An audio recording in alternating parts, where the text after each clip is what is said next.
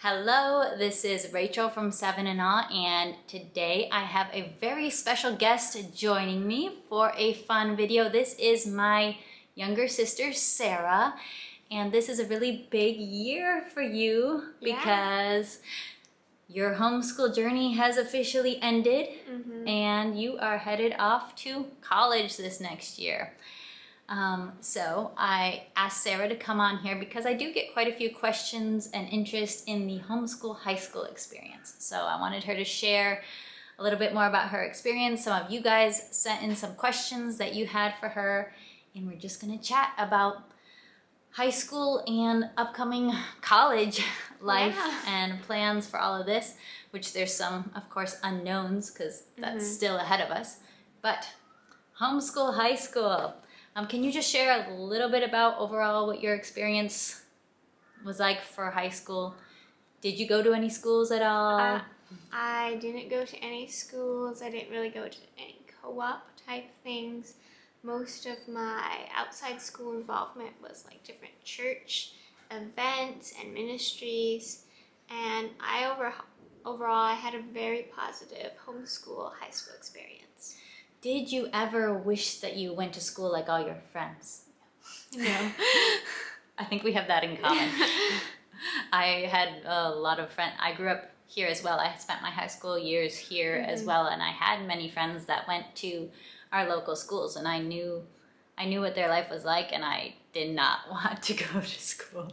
Yeah. I think we kind of shared the same view of like, that seems annoying. All right. So I think we'll start a little bit with like kind of big picture background and then talk about details of what you liked, what you found most useful in school. So first of all, did you have to take the SAT? Yes, I did. You did take the SAT. And what did you do to prepare for the SAT?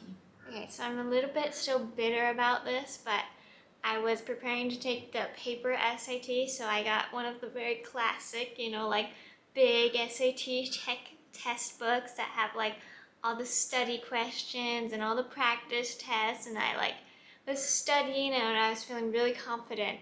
And then the year that I was supposed to take the test, they changed it all to a digital test, which didn't mean that they just changed the format. They actually changed the whole test. It was still like writing and math, but they kind of changed a lot of the questions. Instead of reading like these longer texts and answering questions about the text, it was a lot more of these like short little grammar questions, which was fine, but I just wasn't prepared for it at all. And then they had just released it, so there wasn't a whole lot you could do. I think there was like one app that had 4 practice tests. So basically I just took those practice tests, and a lot of times when you get a question wrong, they will tell you the type of question it is, and so you just can watch a YouTube video or go on Khan Academy trying to learn that specific topic. So what app was that you were? That was Blue Book, I believe. Blue Book, okay. So yeah, you got to be in that lucky first round of people taking the SAT, which was actually not this past year. You took it the previous year. The year before. Did you apply to more than one college? I did. I applied to several colleges just to kind of see different options that it would give. So was it 3 colleges, 4 colleges? I think it was 4. 4 colleges, all right. What was the main factor that led you to choose one college over the others? I think finances definitely played a big role in that, as well as where they were locationally. I really want to live with family while going to college instead of having to stay in like a dorm or anything else. So those were 2 of the main factors, but then also I was looking into like some Christian universities, or like, it depended a little bit on what programs they offered. So it's really a blend of factors. And they also asked, did you consider a trade or any non-college career? Not really. I think in our family, we've always had a big emphasis on getting a college education. Even if we don't necessarily even think that we're going to use the college degree our whole lives, because of our family's international lifestyle and just the importance of having that paper, that bachelor's degree, that can be quite important for visas with different international career options. So that's just kind of part of our family's lifestyle and values. So college was always the plan, really, for you. Definitely.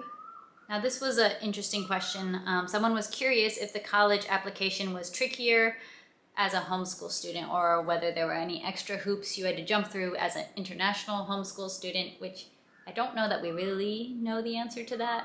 Because the international school thing is hard, because I think sometimes thinking about what address should I put in, because if they're gonna mail stuff to me, then I'd rather put in like my brother's address in America, because it's actually gonna get there, but I don't actually live there. You know, I think that was the biggest issue.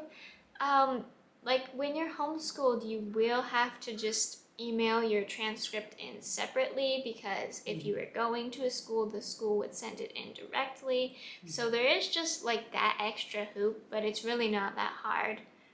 So all of the colleges you applied to seemed like they knew what they were doing with homeschool students. Like, oh, for sure. None of them acted like, what? We've never heard of homeschool. So nothing extreme, but yeah, living internationally, I think anyone who has been an expat or has dealt with living in multiple countries knows that there just tends to be added paperwork, and there can be challenges with addresses, phone numbers. Oh, we need to have a phone number. Okay. International phone numbers, and timing for interviews. You did have some live interviews, yes, right? And as well. Sometimes it's like you have to type into a time calendar, like, when is this gonna be in my time? Because are we 13 hours ahead, or are we 12 hours ahead? Because I don't remember with the daylight savings. And sometimes you have to be up at weird hours in the mornings. Yeah, so just the normal challenges which you've dealt with your whole life, because this has been your entire life, is living overseas from the US, but also having US roots. So nothing unfamiliar. Oh, they also wanted to know, should they be worried about creating a transcript? No. I made my own transcript in probably less than under 10 minutes. It's very easy. You open a Google Docs, you can make a little table sheet, just as long as you've been keeping track of what subjects you've done and what grades you got, and then it's very easy. As long as you're just doing your normal record keeping, which I would be expecting all homeschoolers to do, you're just referring to your records and you're kind of just condensing it into a very short, easy to understand document. And there's a lot of formats that you can look at, for example. So yeah, she created her own transcript. Great life learning opportunity. Yeah. What subjects or classes did you think were the most important or valuable throughout your homeschooled high school years? I think the most valuable class you're probably ever going to take in high school is a writing class. It's really important, and actually you do writing for like several different subjects, hopefully. So that's probably the most important thing you're going to learn if you're hoping to head into college. But I would also say, like, don't neglect your math either, because especially for these standardized tests or anything, there's definitely a huge focus on the math. And for you, you're looking at going into probably something more math and science related. So you did a pretty heavy load of math and science throughout all of your high school years. But you don't have to do one or the other. Like, building good writing skills does not take away from good math skills. Like, you can definitely you can do both. You can have both. Were there any classes that you did that you felt weren't helpful or weren't all that beneficial? I know this is going to negate what I just said, Okay. but I did not like writing with skill. I think I actually made a video about that years ago, Okay. where we were like, we are not going to do writing with skill for you anymore. I don't think you really needed it. I think you benefited from more of my DIY approach and content writing approach. And you did really well with just like Sunlight writing assignments that she was doing. She used Sunlight, literature and history, and you were just writing about the books you were reading. So yeah, writing with skill was one you just were not a fan of. It was just, I think it took the joy out of writing. Sometimes you got to be honest and just be like, this is not benefiting anyone. Was there anything else that you weren't really a fan of, or? Not so much. I pretty much enjoyed most of my schoolwork. She was a very good student. She's like, you should have this student in your homeschool if you want a nice, nice, easy homeschool. She's a joy and a delight to teach. What about non-class related experiences in homeschool? So someone's asking, what events or co-ops, extras, or memberships did you think helped her the most? And for context, she's saying, as homeschool parents, sometimes we can get kind of FOMO on behalf of our kids, like fear of what our kids are missing out on.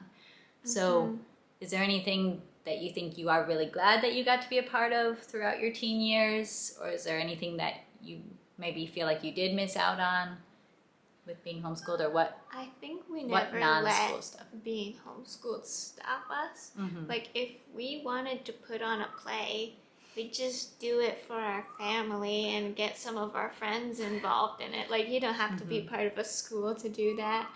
But I did really like a lot of the church things I was able to get to be a part of. We had a wonderful youth group in my early teenage years, and I served at Awana for the past couple of years, which has always been really fun. Yeah, I would say that our family has not really erred much on the side of doing extras, memberships, classes. Like, I don't know that you took any formal classes throughout ever. Ever. And you've been just fine without them. But we do have a very tight-knit community here, and you do have kids that you have grown up with and have spent a lot of time with throughout many years. So we weren't ever really doing a co-op, but we did have people we were doing life with. And I think that's what makes all the difference. Like, it doesn't have to be a formal membership type of thing if you do have that community. And yeah, there were also some tough years, like, 2020 through 2022, where we saw no humans. And that was the beginning of your high school experience, which, nobody thinks that was fun. But, not my favorite part of school. But that was just not related to homeschool at all. Now, how did you manage your schedule and your course load? Like, do you have any tips and tricks? I would pretty much just keep a schedule of all the things I had to get done in a day and just tick them off as I did them. So you had your own planner, basically, that you were managing. And that included book work and computer work. And I think every once in a while, like every few months, Mom would just check to see that like I'm up to speed on everything. Now, in high school, if you did larger projects, I was usually working with you on the larger writing projects, giving you feedback. We've had some jokes on here before about how, anytime you turn in a paper, I'm never going to say, A plus 100%, good job. But I'm working with you to improve it, because I see how much potential there was and how good it was and how much more improved it can get. With math, you were mainly working with Mom, right? With math and science. So I think it depended on the time. Sometimes you were doing things independently. Sometimes she was working through lessons with you, and you guys, I think, really did enjoy that as quality time. Yeah, I think she helped me a lot with math and science, and I don't think it's so much that I really needed the help. It was more just like the 1 hour a day that like just us get to spend together. Which is really nice, in a busy life. Our mom has a lot of work and responsibilities as well, so it was math and science, but it was also a way to connect and to touch base and to have those memories and that quality time. Because honestly, of all of us kids, you probably needed less teaching help to some extent, but to have that time in the midst of a busy life was also great. So that's something to think about, even as your kids are growing into high school.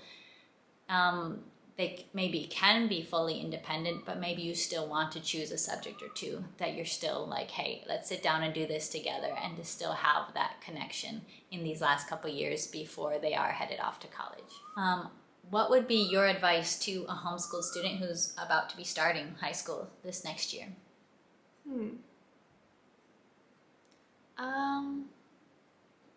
I'd say it's not as hard as it looks.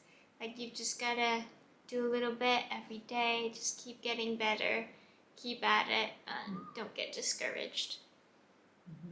I will say from knowing you that your temperament and personality and just work ethic really shone throughout high school. So this was never, for your experience, it was never a matter of crying because you don't want to do your schoolwork, or this is too hard, or complaining or whining, or just procrastinating and spending all day until 8 o'clock not doing your schoolwork and giving mom headaches. Like, that's just not your personality. No. There are homeschool students who have that personality and who have those struggles. So those are real, they're not fake, but it can really depend. So that does shape the homeschool experience. Just what is the character of the individual teenager? What is their work ethic and their commitment to their own education?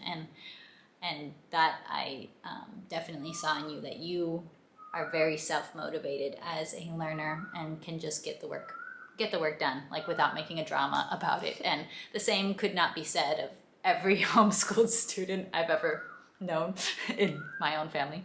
Now, did you have a specific plan or a big master way of mapping out all your high school years to prepare yourself for college and career? Not really. It was more like at the end of the school year, you would decide what courses you wanted to take for the next year. And they were a little bit like kind of built on my interests, but also just like, generally what you're gonna need for going into college and to like get a basic education.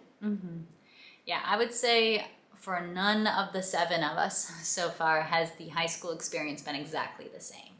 But it also hasn't been hugely different. There's been a lot of similarities, because if you know anything about our family, we don't tend to overcomplicate things. So we're not saying, oh, high school's going to be this big complicated thing. We're like, no, it's not something entirely different. You've been studying English language arts this whole time. Now you're just continuing, but you're kind of leveling up into literature study. You're leveling up your writing. You've been studying math your entire educational time. You're still studying math. You're just leveling up, upping the challenge a little bit each year as you can.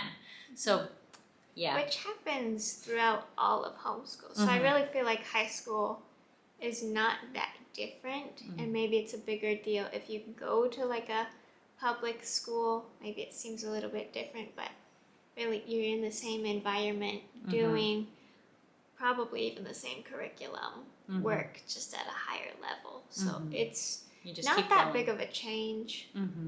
Is there any particular special electives or special courses you took outside of the norm, or internships or special experiences that you had in high school? So for during my senior year of high school, I went to China for a year to watch my nephew.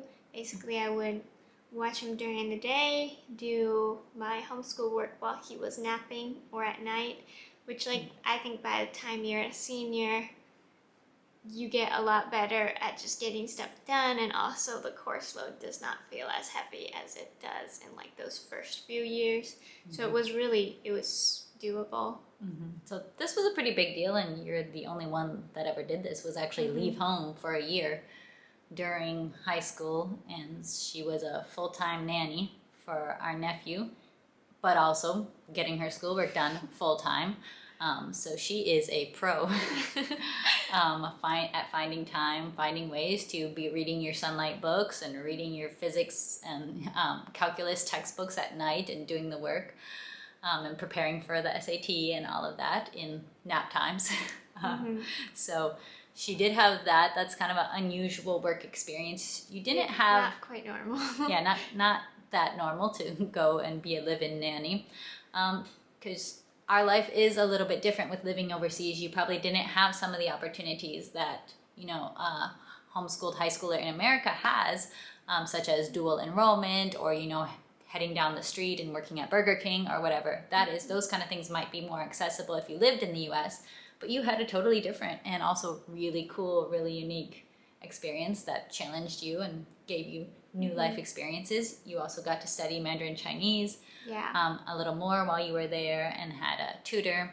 So that was definitely among the unique high school experiences. Unique and special experience. And before that, while I was just here, I would do some tutoring with some students who went to public school, and I always really enjoyed that, found that fun. Yeah, and it's a great way to have relationships and meet other people and also build your own skills, because when you're teaching, you are definitely building skills. Yep. Now, are you for sure on what career you're going to do or what major you're going to do in college? Not so sure on the major yet, but kind of sure on the career. I think I really enjoy working with children, and I really enjoy teaching them, bringing them from the point where like they don't know what you're talking about to, oh, they finally understand it, and that's a really fun experience. I personally have always liked science, and I think having like engineers as parents has been such a good thing, because sometimes science textbooks are a little bit old or they're written really confusingly, and your parents can just come by and they can help you. So I feel like I would really like to be a science teacher. I'm not quite sure what major yet, because I have considered just majoring in physics, because I could go into teaching potentially, but a physics degree is also very versatile. And then I also have considered just majoring in integrated secondary science teaching, because that would it would give me the qualifications to teach biology, chemistry, and physics, which I kind of like that a little bit more, because personally I get bored very easily. I like a little bit of variety. I love physics, but like just a physics major, just physics, and I kind of like, I'm more of a generalist, so I kind of like variety. But that's, I'm gonna have to make a decision soon. Got a little bit of time still. Yeah. She has a general direction. I mean, it is really hard to ask an 18-year-old to say, hey, what do you want to do for the rest of your life? So we're still getting down the nuance of exactly what major, exactly what classes, but you have a pretty solid direction. And there was asked, did you think about, taking time to work first or taking a gap year, which technically this is kind of officially her gap year. She did finish all of her credits for high school last year, and she's been here. She's been helping out our family with some of our work and business. She's actually been helping behind the scenes with Where'd You Learn That? Homeschool a little bit, pre-reading some of the books, and she's been actually rejecting quite a few of the books that I've suggested. Hey, is this one any good? And she reads it and she's like, no, this is terrible, Rachel. I'm like, okay, I trust your judgment. I'm moving on to the next one, because we wanted to have really good books in our curriculum. So she's been helping with just different work that our family does. We tend to take on a lot of work projects, and then we need the manpower. So we have really appreciated having a gap year, and I think you have too, to have a little bit extra time to grow up. You got your driver's license this year here where we live, to make it a little bit easier to get her driver's license when she goes back to the U.S. Yeah. So depending on your age when you graduate, we did kind of want her to, she graduated before 18. So we were also kind of waiting for you to turn 18 to be officially an adult.